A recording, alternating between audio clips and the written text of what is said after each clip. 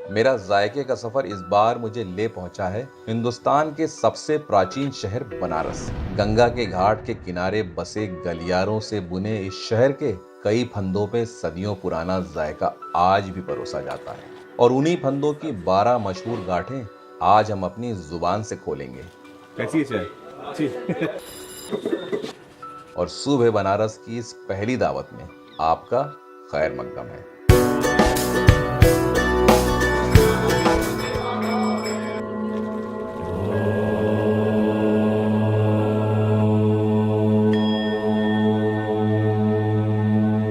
Losing time, I'm fading fast. I just wanna make it last. Try to let go of the past. एक दिन ख्वाब में बनारस का एक मंजर सा कौंधा, जैसे काशी की गलियां मुझे बुला रही हैं। हालांकि मैं कभी बनारस गया नहीं था, लेकिन फिर भी पता नहीं क्यों माजी के ये मंजर सच से लग रहे थे।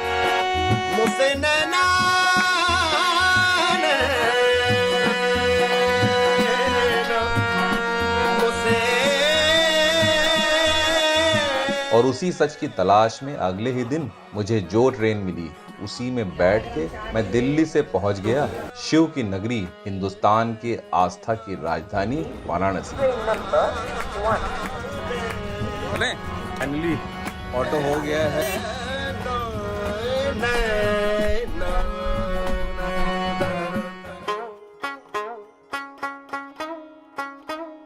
गंगोत्री से पैदा हुई गंगा का सफर 3000 सालों से आबाद इस शहर से गुजरता है, जिसके पहले संगम पे वरुणा और दूसरे संगम पे अस्सी नदी का मेल होता है। और इन्हीं दो नामों को जोड़कर पैदा हुआ 84 घाटों का ये शहर वाराणसी। इसी काशिका में रोशन हुए कबीरदास और रविदास, तो यहीं तुलसीदास ने रामचरित्र मानस भी लिखी। यहीं से पूरे जग में चमका गौतम बुद्ध का धर्म चक्र परिवर्तन का पहला उपदेश। तो प्रेमचंद की इसी नगरी में गंगा जमनी तहजीब की शहनाई बजाई उस्ताद बिस्मिल्लाह खां ने। सुर, संगीत, संस्कृति, साहित्य, शिक्षा, साड़ी और स्वाद के इस बेजोड़ संगम से रोशन काशिका में आज मेरी पहली सुबह है।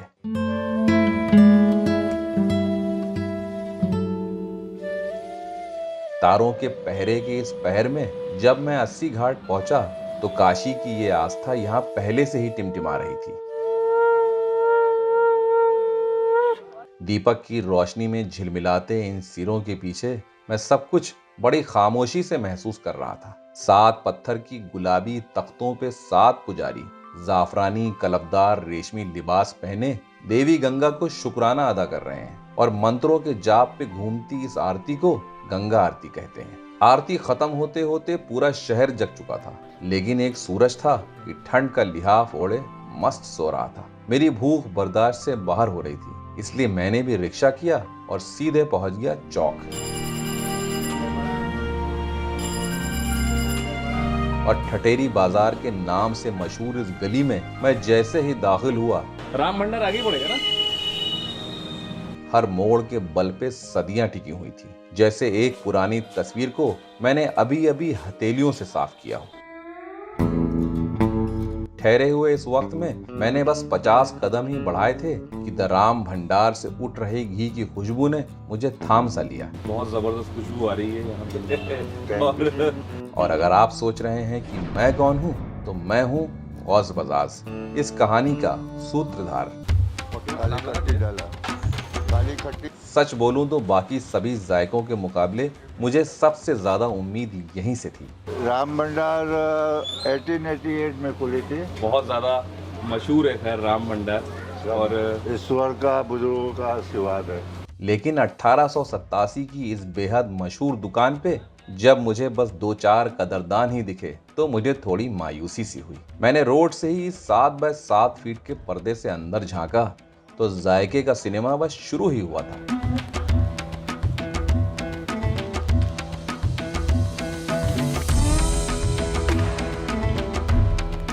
और भाप छोड़ती गरम कढ़ाई पे जलवा अफरोज थे इस पिक्चर के सबसे अहम किरदार गोलू। तो आप कितने टाइम से यहाँ काम कर रहे हैं? 20 साल हो गए। 1 साल हो गया आपको। आपका नाम क्या है? गुल्लू। गुल्लू। आप भी बनारस से ही हैं? नहीं, आजमगढ़। पीढ़े को अपने पैरों से फंसाए गोलू गोल आटे की लोइयों से गोल गोल पूरियां बेल बेल कर कढ़ाई में लगातार एक के बाद एक तैराते जाते।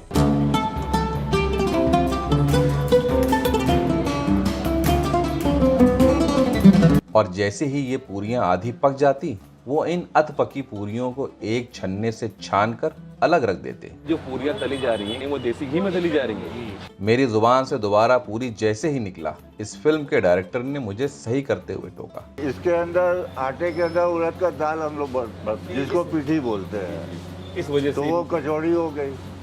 पूरी प्लेन होती है। तीसरी पीढ़ी के गुप्ता जी के खुद के कंधे झुके हुए हैं, लेकिन 135 साल पुराने नाम की शान आज और जवान मालूम होती है। वो बड़ी सभ्यता से धीमी आवाज में निगरानी करते करते जायके का टिकट भी काट रहे थे।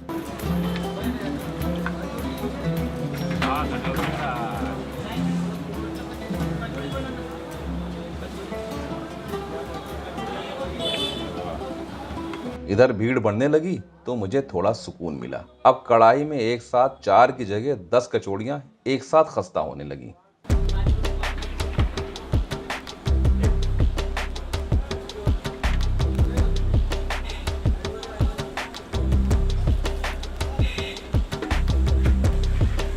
तो मेरा कैमरा दूसरे किरदार की तरफ घूमा, जिसकी जिम्मेदारी सब्जी के साथ कचौड़ियां परोसने की भी थी। इधर खस्ता कचौड़ियां जैसे ही पहला कारीगर कढ़ाई से छानता, ये साहब एक पत्तल पे 2 फूली हुई कचौड़ियां रखते और भाप रिहा कर देते। ऊपरी पत्तल जहां टिकता, उसमें डाले आलू और चने की खुशबूदार रसेदार गाढ़ी सब्जी, हरी खट्टी चटनी, मीठी लाल चटनी और ऊपर से कसी हुई मूली में गुमनाम गाजर के लच्छे ऊपर से टिका के प्लेट आगे बढ़ा दी। तो यहाँ पहले भी टेस्ट किया है? नहीं, वो वीडियो देख देख के घूम रहे हैं आप लोगों की वीडियो देखते हैं। बहुत ही डिफरेंट और यूनिक स्टाइल है और वो छन्ने में ही जलेबी उतारते हैं। इतने में जलेबियों के भी कई ऑर्डर्स एक साथ आए, तो रुमाल नुमा मोटे कपड़े से पहले कारीगर मैदानी से फूल नुमा छल्ले छन्ने के ऊपर ही बनाने लगा। तई होता है, उस पर जलेबी उतरती है। जी जी जी। जगह हमारे पास शॉर्टेज है, इसलिए हमने इसी पर निकालते रहे। जलेबियों के इस जाल में जब जाले पड़ गए तो उन्हें कचौड़ियों जितना ही खड़ा किया और जाफरानी रंग की इस चाशनी में इतनी डुबकियां लगवाई कि इस जलेबी पे भी बहुत खूबसूरत नारंगी रंग चढ़ गया।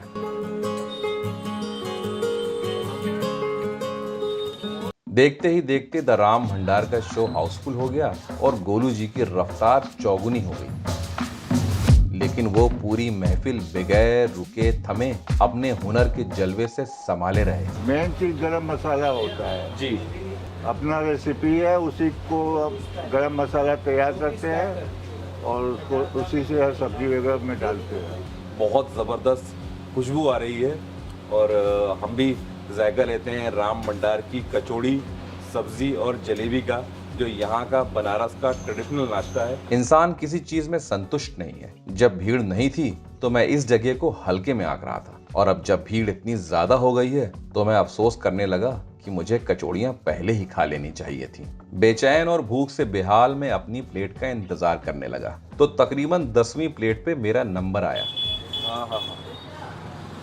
मैंने शायद एक लम्हा भी नहीं गंवाया होगा और कचौड़ी और सब्जी का निवाला सब कुछ बटोरते हुए मुंह में भर दिया।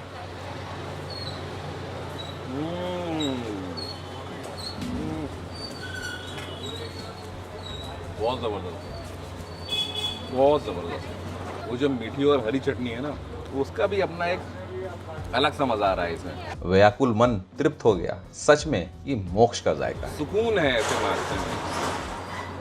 इधर मैंने दोबारा सब्जी लेके कचौड़ी समेटी, उधर कारीगर ने गोल कचौड़ियों को गाढ़ी चने की सब्जी के साथ परोसा।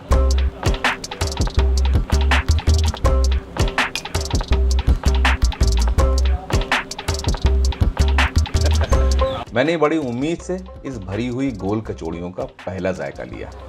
चखता हूँ इसका जायका कैसा है।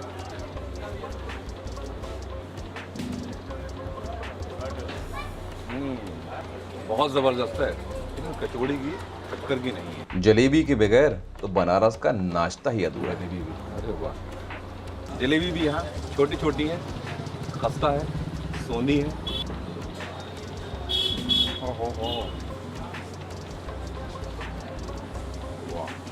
न पेट भरा न नियत। वाकई में ये बनारस का वो जायका है जो मैं कभी नहीं भूलूंगा। और जो गरम मसाले की जो बात कह रहे थे ना आप, वो सही कह रहे थे, वो उसका अपना बहुत ज़बरदस्त जायका है।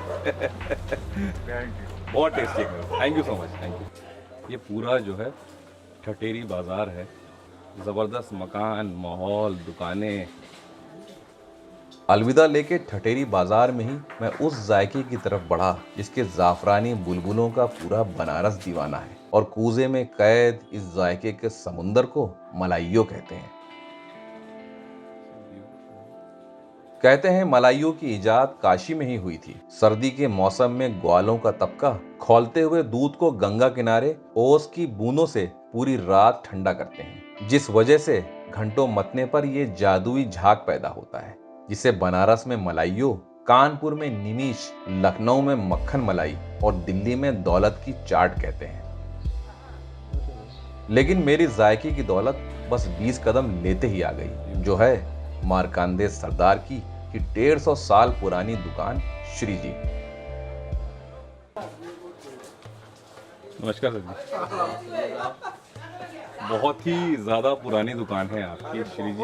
वो देखिए ना, वो देखिए, वो बनाते बनाते एकदम जो है ना, और जो ट्रेनिंग दिए हाँ कि समझिए कि ये तो बनारस में पहला चीज हो गया। हाँ, नहीं तो कोई इसको जानता नहीं रहा, न इसके कारीगर थे।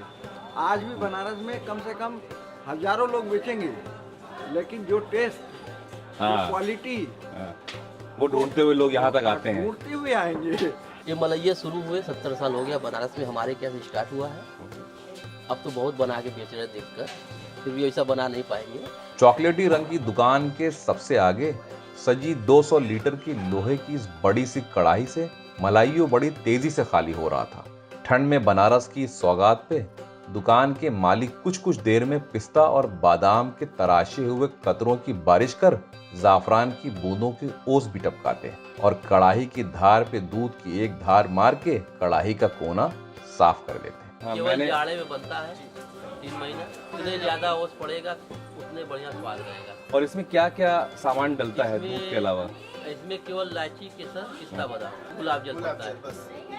जैसे मक्खन मथाता नहीं है, हाँ। उसी तरह बड़ी बड़ी मछलियाँ इनसे मथाती है। हाँ। तो कुछ दिन और 1 घंटे बाद उसमें लेयर आती है मोटी मक्खन की, उसमें सैफरन, इलायची, केसर मिला के। ग्राहक जैसे ही आता उसको कुल्हड़नुमा इस बर्तन, जिसका बनारसी नाम पूर्वा है, उसमें इस झाग की गाढ़ी परतें काट के पूर्वे के पैमाने को बुलबुलों से ढक देते और उस पे बादाम, पिस्ता का खुरचन और जाफरान की तरी मार के दुकानदार ये जाफरानी जायका लगातार परोस रहा था। तो मलाइयो तो हाँ, तो मलाइयो की बहुत शौकीन है। अरे खाने के लिए आते हैं हम लोग से। हाँ, ये घर है मेरा। ठठेरी बाजार के कुछ निवासी इस अमृत का सेवन लगभग रोज ही करते हैं। उनके मुताबिक ये आंखों की रोशनी के लिए मुफीद है और ओस की बूंदों में अमृत के गुण हैं।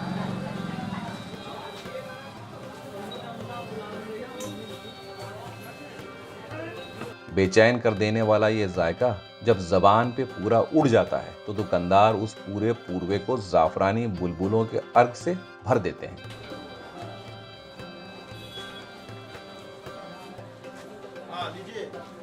ये 100 ग्राम आता है। ये कितने का है? ये 40 रुपए का है, 40 400 रुपए किलो रहता है। इसके बाद हंडी है, देखिए इसमें 500 ग्राम आता है। ये ताज़ी मलाई है ये। केसर पड़ा है। अरे वाह, क्या बात है। अब आप थोड़ा सा पहले खाइए। अच्छा, ये मलाई ऊपर से डलेगी। वाह भाई वाह। दुकान के मालिक ने मेरे पूर्वे में भी मलाइयों के बाद मलाई की एक परत बीच में छुपाई और बड़ा सा ठंडा पूर्वा मेरे हाथों में थमा दिया। Thank you. मैंने जैसे ही इसका पहला जायका लिया, बुलबुले उड़ से गए। खाली दूध बनवाना आपका ना। 2-4 चम्मच के बाद मेरे चेहरे की खुशी और आंखें फैलने लगी। खाने के बाद ये दूध देखिए फ्री। हाँ, अच्छा। तो मलाई ढूंढनी जाए कहाँ गई है? निकलेगा अंदर से। ये रही मलाई।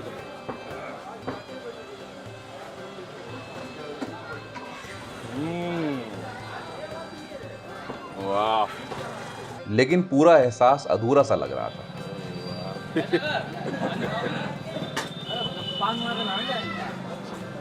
ये सर केसर भी, वाह भाई वाह। और जब दूध को मैंने होठों से लगाया तो रोम रोम गुदगुदा गया। अब जाके मुझे सुकून मिला। वाह वाह वाह, इस जायके ने मुझे हैरान कर दिया। वाकई ये जन्नत का जायका है। धन्यवाद। सैया बोलो तनिक मुझसे।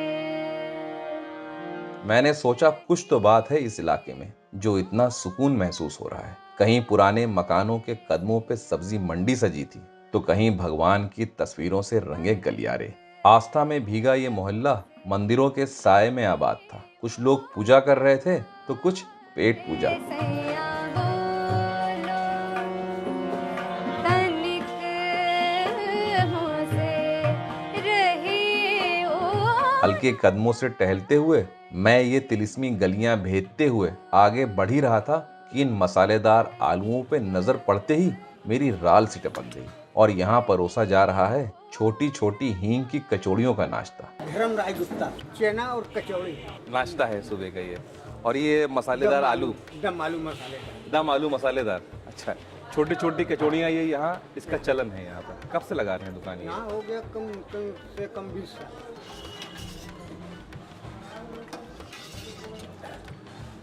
छोटी सी इस रेहड़ी पे बड़ी बड़ी मूछों वाले धर्मराज गुप्ता जी ये नायाब जायका इसी ठिये पे 20 सालों से मुस्कुराते हुए परोस रहे हैं। कचौड़ियाँ में खुद ही घर पे बनाते हैं आप? जी हाँ। अरे वाह। मैंने अपने लिए एक प्लेट मांगी तो रेहड़ी के मालिक ने तिजोरी नुमा कैनिस्टर से 2 छोटी अशरफी नुमा कचौड़ियों को निकाल के एक चांदी की प्लेट में कुरकुरा दिया और ऊपर से डाली शोरबेदार आलू और काले चने की सब्जी, उसके ऊपर टमाटर की चटनी और लटपटे आलू और मटर की ये मसालेदार सब्जी ऊपर से सजा के आखिर में इन्होंने भी कसी हुई मूली ऊपर से टिका दी। ठंड में आलू का अपना एक अलग ही जायका होता है, नए आलू का।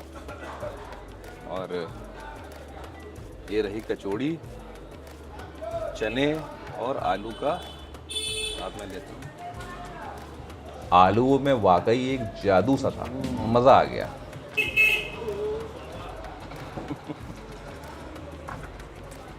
वाह भाई वाह।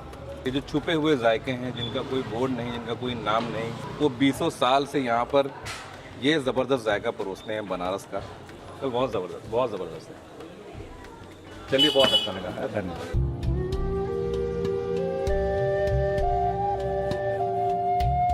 जायकों की तलाश में मैं कभी इस गली मुड़ता तो कभी दूसरी।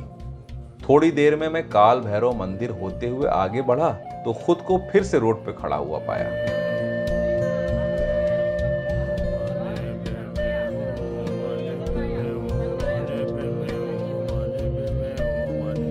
सुबह की चाय के तलब ने थका सा दिया था। मेरी इस बात से अब तो आप समझ ही गए होंगे मेरी अगली मंजिल कौन सी है। लक्ष्मी चाय वाले यहाँ से लगभग 2 किलोमीटर दूर है और चलने की मेरी हिम्मत है नहीं, इसलिए मैंने रिक्शे वाले भैया को रोका और रिक्शे में बैठ के आगे बढ़ गया। I work hard each and every day. I get lost in the words I say. I don't push pause, no I push play. I won't stop till I make a change. उसकी सवारी किसी झूले की तरह कभी तेज भागती, कभी धीमे, कभी ऊपर कभी नीचे, कभी आगे कभी पीछे। वक्त नुमा इन गलियों के पन्ने पलटते हुए मैं घूम के वापस पहुंच गया चौक।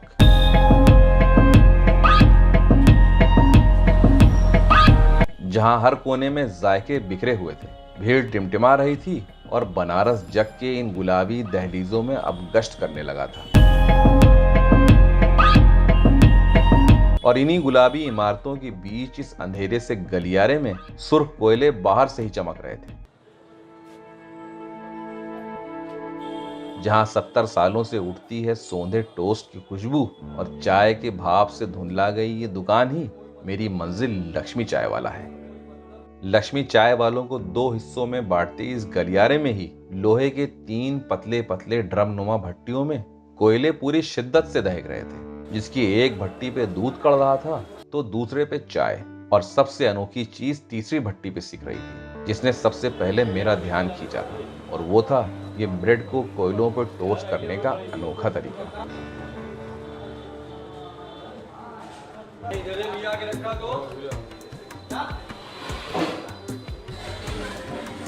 कोने से रखा, वहां से रखा, जाली से ढका। लक्ष्मी चाय वाले की शुरुआत कब से हुई है? भैया आज 70 साल हो गया बस। और शुरू से ही टोस्ट और चाय बन रही है? यही आइटम। आपके पिताजी थे, उनका नाम क्या था? लक्ष्मी नारायण चौरसिया। कारीगर ने पहले तारों की इस जाल में 8 छोटी मगर सेहतमंद ब्रेड स्लाइसेस को एक साथ फंसा के कैद कर दिया और पंखा हाँकने की हरकत को नकल करते हुए कोयलों की गर्मी को उनमें कैद करता रहा, तब तक जब तक उस पे एक सुनहरी परत नहीं चढ़ गई।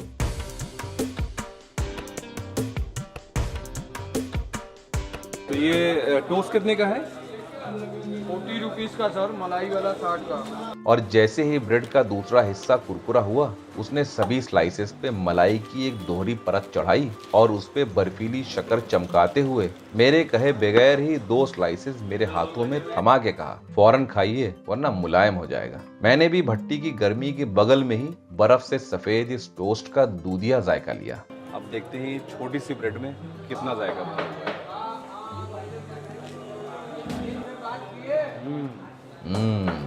वाह। इधर मैं मलाई टोस्ट का लुत्फ ले ही रहा था कि इस दुकान के सबसे पुरानी कारीगर ने लुंगी समेटते हुए चाय की तैयारी फिर से शुरू कर दी। और यहाँ तैयारी हो रही है साथ में चाय बनने की भी। यहाँ चाय बनाने का अंदाज बहुत सादा है। उसने खालिस दूध में इलायची और खास किस्म की चाय पत्ती डाल के कोयलों की भट्टी पे पकाना शुरू कर दिया। सेकंड टाइम है। कैसा लगा आपको यहाँ का एक्सपीरियंस? टोस्ट पसंद आया, चाय पसंद आई? और बोलती और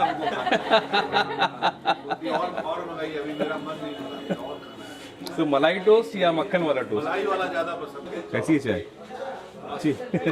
उधर इस पहले कारीगर ने फिर से 8 ब्रेड के टुकड़ों को बड़े तजुर्बे से आंच पे फिर से मुलाकात करवानी शुरू कर दी, और इन मुलाकातों का सिलसिला हजारों ब्रेड के टुकड़ों के साथ यहाँ रोज होता है, लेकिन जलता एक भी नहीं है। पुख्ता सुनहरा रंग लाने के लिए तजुर्बे की जरूरत होती है। देखने में आसान मालूम होता है, लेकिन है बहुत मुश्किल।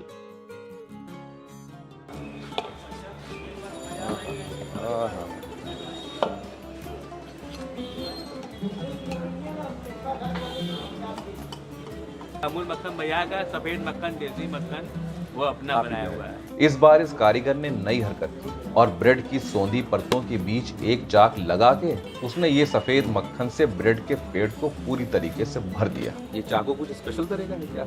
आगे की भी धार है क्या इसमें?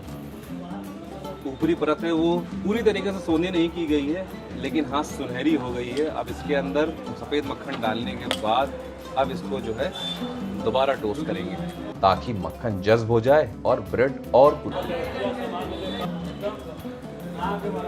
तैयार होते ही एक बार फिर इन्होंने ऊपर से काली मिर्च का तड़का मार मेरे हाथ में ये भरवा दमपुख्त टोस्ट थमा दिया। चाय अभी भी तैयार नहीं थी, इसलिए मैंने इसका भी जायका फौरन ही लिया। और ये इसके अंदर सफेद मक्खन डाल करके धीरे धीरे धीरे धीरे तब तक सेकते हैं जब तक ये ऊपर की लेयर कुरकुरी और खस्ता ना हो जाए। अमूल मक्खन 35 का है और व्हाइट मक्खन 40 का। ठीक। जो अंडरग्राउंड आपको खिलाए वो 50 रुपीज का है। पुराने ग्राहक हमारे अभी भी आते हैं, 30-40 साल से आ रहे रेगुलर। करीब हम लोगों को यहाँ बाल्य अवस्था से लेकर ये अवस्था तक आ गई। हम लोग कम से कम 30 साल के यहाँ ग्राहक हैं। इनके पिताजी के समय के हम लोग कस्टमर हैं। इधर लुंगी वाले कारीगर ने एक टीपैन से चाय फेंटना शुरू कर दिया। बड़े इत्मीनान और तजुर्बे से बनती है ये सौंधी लक्ष्मी की चाय। लक्ष्मी चाय वाले के नाम से ये दुकान बड़ी मशहूर है। कोने कोने से लोग आते हैं। अभी तो कुछ नहीं है। सुबह आप 4 बजे आइए, 4 बजे से लेकर 7 बजे तक इतनी भीड़ आपको मिलेगी। बच्चों के राज्य में तो कुछ नहीं है, नहीं तो यहाँ 4-4 भट्टियाँ बड़ी बड़ी ये मक्खन टोस्ट सेकने के लिए, पारोटी सेकने के लिए यहाँ पर 4-4 भट्टियाँ और कम से कम 8-8 नौकर लगते थे। एक हटता तो एक सेकता था, एक हटता था तो दूसरा सेकता था।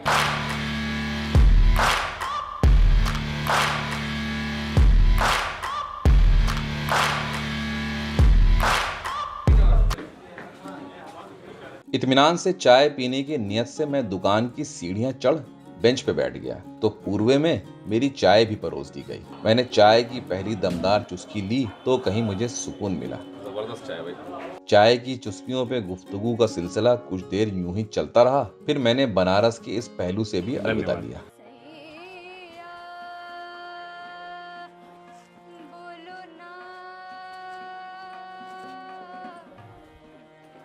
और काशी विश्वनाथ मंदिर होते हुए मैं मणिकर्णिका घाट के पीछे अनगिनत गलियारों में जानबूझकर गुम सा हो गया।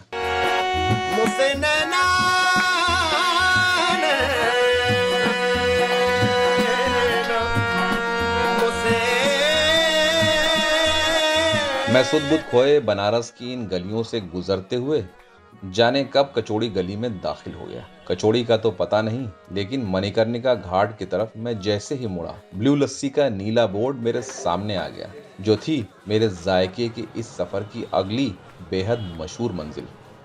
कचौड़ी गली में हमेशा रश लगा रहता है। यहाँ पर बहुत ज़्यादा भीड़ रहती है, लोगों का आना जाना बहुत ज़्यादा है। यहाँ पर बड़ी मुश्किल हो जाती है, यहाँ पर एक कदम रख करके खड़े होना भी बहुत ज़्यादा मुश्किल है। पतली सी इस दुकान में दाखिल होते ही सीढ़ियों से जुड़ी ऊंची सी नीले रंग से ढकी ब्लू लस्सी की दुकान में दुनिया भर से हजारों चाहने वालों ने इन नीली दीवारों पे पासपोर्ट साइज तस्वीरों से अपनी मोहब्बत की मुहर लगा रखी थी, जो यहाँ अब एक दस्तूर सा बन गया है। और ये सामने बड़ी सी तस्वीर है पन्नालाल यादव जी की, जिन्होंने इस दुकान को 90 साल पहले शुरू किया था। तब ये दुकान पन्नालाल यादव लस्सी वाले के नाम से जानी जाती थी। तो आखिर इस जगह का नाम ब्लू लस्सी पड़ा कैसे? ये सवाल मैंने बड़ी शिद्दत से लस्सी मत रहे इस दुकान की तीसरी पीढ़ी से पूछा, तो पोनीटेल बांधे बड़े संयम से बैठे चंचल यादव ने ठहरने का नरम इशारा किया और लस्सी के कुल्हड़ों में रंगों का जादू भरने लगे।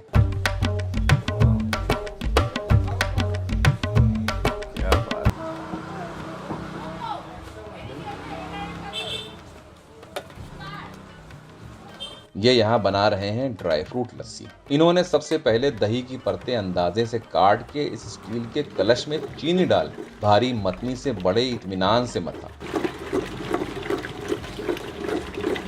और सामने सजे पूर्वों में एक एक करके गाढ़ी लस्सी इन मिट्टी के कूजों में कमर तक भर दिया और साबुत काजू और बादाम के कतरनों से भर के सब कुछ एक साथ फेंट दिया और ऊपर बाकी लस्सी की तय लगा के एक परत रखी मलाई की। जाफरान छिड़क के फिर से बादाम, पिस्ता और काजू की ऊंची परत पूर्वे के सिर से ऊपर चढ़ा के आगे बढ़ा दी।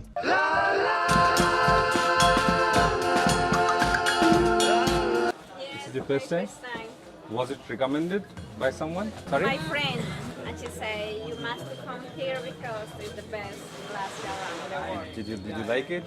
I love it. ठीक इसी तरह बनाई जाफरानी लस्सी, अनार लस्सी के साथ साथ मिक्स फ्रूट लस्सी भी ये लगातार बड़े इत्मीनान और ठहराव से समय की परवाह किए बगैर किसी जौहरी की तरह एक एक नग संभाल के जड़ रहे थे।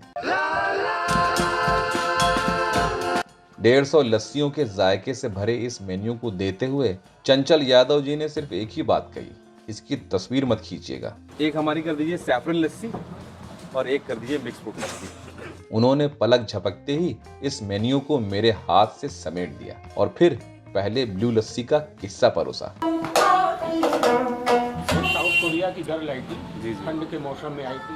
पिताजी यहाँ पर बैठे हुए थे, उसने बोला कि समय तो लस्सी आपके यहाँ बिकनी चाहिए, ठंड में क्यों आप ऐसे बैठे हुए हैं। उसने अंदर आया, एक प्लेन लस्सी पिया उसने और कलर ब्लू था। उसने अपने साउथ कोरिया में जाके साउथ कोरिया के गाइड बुक में नाम दिया ब्लू लस्सी शॉप। अरे वाह! जिसकी शोहरत साउथ कोरिया में इतनी फैली कि तब से ब्लू लस्सी शॉप के इस नीले बोर्ड पे कोरियन में भी ब्लू लस्सी लिखा जाता है, जिसे लोनली प्लैनेट से लेके नेशनल ज्योग्राफिक ने भी दुनिया भर में एक अलग पहचान दिलाई। My grandfather also the movie actor. अरे वाह, लवली। लास्ट मूवी यहाँ सनी देओल जब आया था, घातक पिक्चर की शूटिंग हुई थी इसी शॉप पर। सनी देओल के गुरु बने हुए थे कुश्ती के। अच्छा, अरे वाह! बड़े फख्र से चंचल यादव ये कहानी बताते हुए मेरी दोनों लस्सी के खाली पूर्वे बाकी ग्राहकों के साथ रख दिए। यहाँ कुछ कुल्हड़ों में बन रही है सैफरन लस्सी, तो कुछ में मिक्स फ्रूट लस्सी।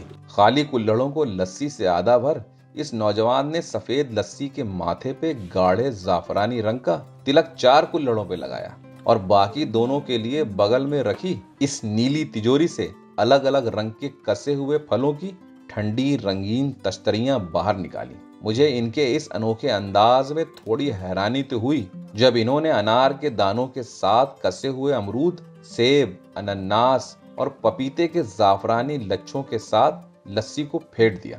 वाह, देख के ही मजा आ गया। और जाफरान वाले कुल्हड़ में सब्ज पिस्तों के जादू से भर के उसे भी फेंट दिया।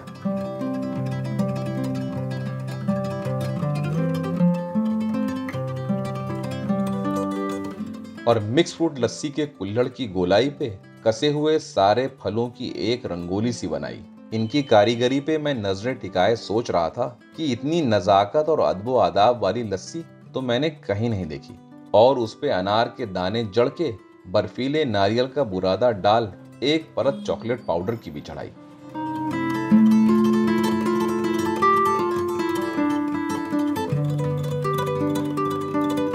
पूर्वा हाथ में आते ही काफी बड़ा और भारी महसूस हुआ।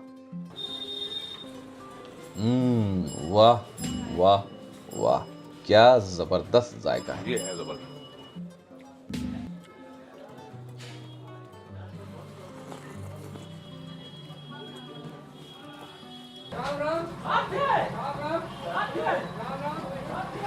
यहां पर मैंने काफी वक्त गुजारा क्योंकि राम नाम सत्य है का सत्य हर 5 मिनट में यहीं से गुजर रहा था।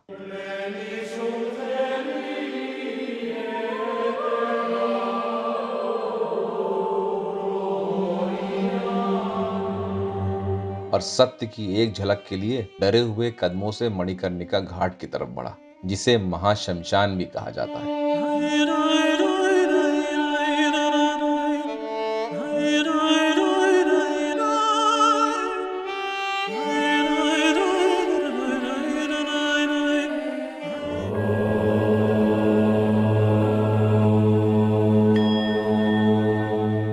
हिंदू धर्म की एक मान्यता के मुताबिक भगवान शिव की पत्नी माता पार्वती के कान का एक कर्णफूल इसी जगह पे गिरा था जो फिर कभी नहीं मिला। इसलिए इस मणिकर्णिका घाट पे जलने वाली चिताओं को जीवन मृत्यु के चक्र से आजाद होकर मोक्ष की प्राप्ति का वरदान है। करीब जाने की हिम्मत नहीं हुई, इसलिए धुएं के साये में लपटों से बहुत दूर जीवन के इस सत्य से मैं दूर से ही वाकिफ हो रहा था और आस्था से लबरेज मुस्कुराते हुए इन चेहरों के बीच तकरीबन तीसरे पहर तक गंगा के इस घाट पे पानी को ताकते हुए ख्यालों की कुछ डुबकियां मैंने भी लगाई। तुझे ढूंढूं गुमसुम सा या फिर तुझ में ही गुम हो जाऊं, जो तू नारंगी हो तो मैं भी केसरिया सा हो जाऊं, तू बलखाए जिस मोड़ पे वो मंजिल भी बन जाऊं, तेरे इश्क में ऐ काशिए बनारस हर एक कतरा घुल जाऊं,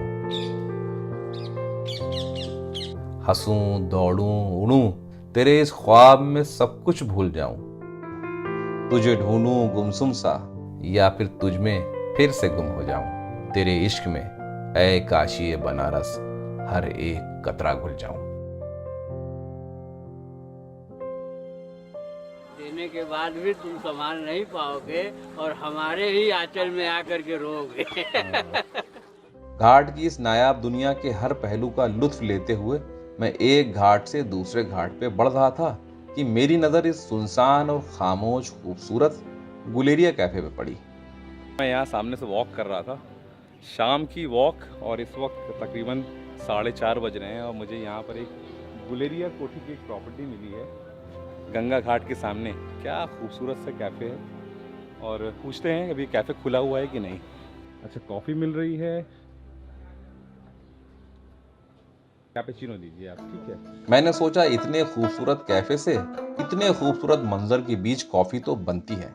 मैंने अपने लिए कैपेचिनो और पनीर सैंडविच मंगवाया तो वेटर ने सामने ही इस किचन में मशीन से फ्रेश कॉफी बनानी शुरू कर दी। कॉफी की भाप की खुशबू ने मेरे मन को इस ठंड में सहलाया तो उधर पनीर सैंडविच भी तैयार हो गया और मेरे बैठते ही नीली वेस्टकोट से सजे इस वेटर ने कॉफी मेरी टेबल पर परोस दी। मैं बैठकर गंगा को निहारते हुए जिंदगी की इस नेमत का लुत्फ ले रहा था। इतने में मेरे 2 सब्सक्राइबर्स मुझे वहां देखकर थोड़ा हैरान हुए, तो मैंने कॉफी की दावत उन्हें भी दे दी। Please introduce yourself. नाम अंकुश पांडे। बातों बातों के सिलसिले में जाने कब शाम हो गई और गुलेरिया कैफे की जुगनूनुमा लाइट भी जल गई और सूरज भी बुझने को तैयार हो गया। मैंने सबसे अलविदा लिया और तैरते हुए निकल पड़ा उस घाट की ओर जहां ब्रह्मा ने अश्वमेध यज्ञ के लिए 10 अश्वों की बलि चढ़ाई थी। तभी से इसका नाम दशाश्वमेध घाट पड़ गया। सूरज के डूबते ही दशाश्वमेध घाट का भव्य रूप जगमगाने लगा और ये पूरा घाट गंगा आरती के लिए भीड़ से पूरी तरह घिर चुका था। आरती लफ्ज संस्कृत जबान के लफ्ज आरात्रिका से पैदा हुआ, जिसके माने अंधेरे को दूर करने वाली रोशनी है। इधर अंधेरा होते ही गंगा आरती रोशन हो उठी, जहां 7 पुजारी 7 तख्तों पर घंटों की ठनक पे मंत्रों का जाप करते करते आरती कर रहे हैं। ये गंगा आरती 5 तत्वों से पूरी की जाती है। गंगा नदी की ओर रुख करके सबसे पहले सुरा गाय के पूंछ से बने इस चावन को हाका जाता है, जो पहला तत्व आकाश की नुमाइंदगी करता है। फिर 7 पुजारियों ने मोर के पंख को एक ही लय में हिलाते हुए हवा के तत्व को शामिल किया। फिर 7 मंजिला दीपों की गंगा आरती को एक साथ घुमाते हुए अग्नि के तत्व को पूरा किया। अगरबत्ती से खुशबू घुमाते हुए गंगा के जल से पानी का तत्व और आखिर में फूलों की पंखुड़ियों की बारिश करते हुए जमीन यानी पृथ्वी के आखिरी तत्व के साथ गंगा आरती मुकम्मल हुई।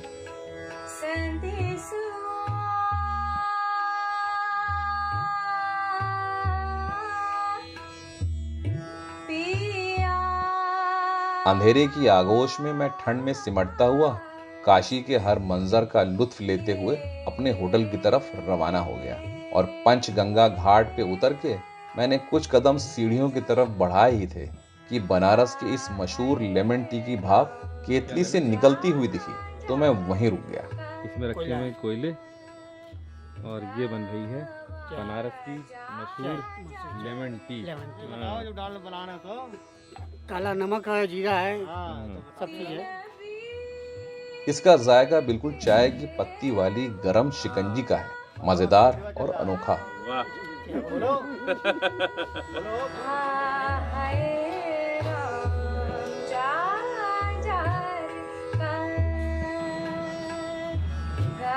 पंद्रह घंटों के बाद घूमते घूमते मैं फिर उन्हीं गलियों से गुजरते हुए ठठेरी बाजार होते हुए वापस पहुंच गया चौक।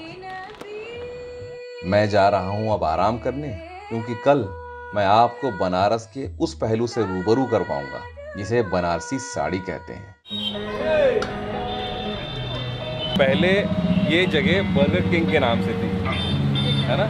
Losing time, I'm fading fast. I just wanna make it last. Try to let go of the past. I close my eyes, embrace the blast. Sleepless nights and headaches stack. Restlessness to hell and back. और शगुन के इस सफर में कुछ और नायाब जायकों से मुलाकात हुई। इस सफर में आप जरूर शामिल कीजिएगा। तब तक के लिए सत श्री सलामस्ते। ये पूरा सेट कितने का हुआ? And sometimes you just gotta believe there's something that'll give you relief. There's something that'll have what you need, what you need.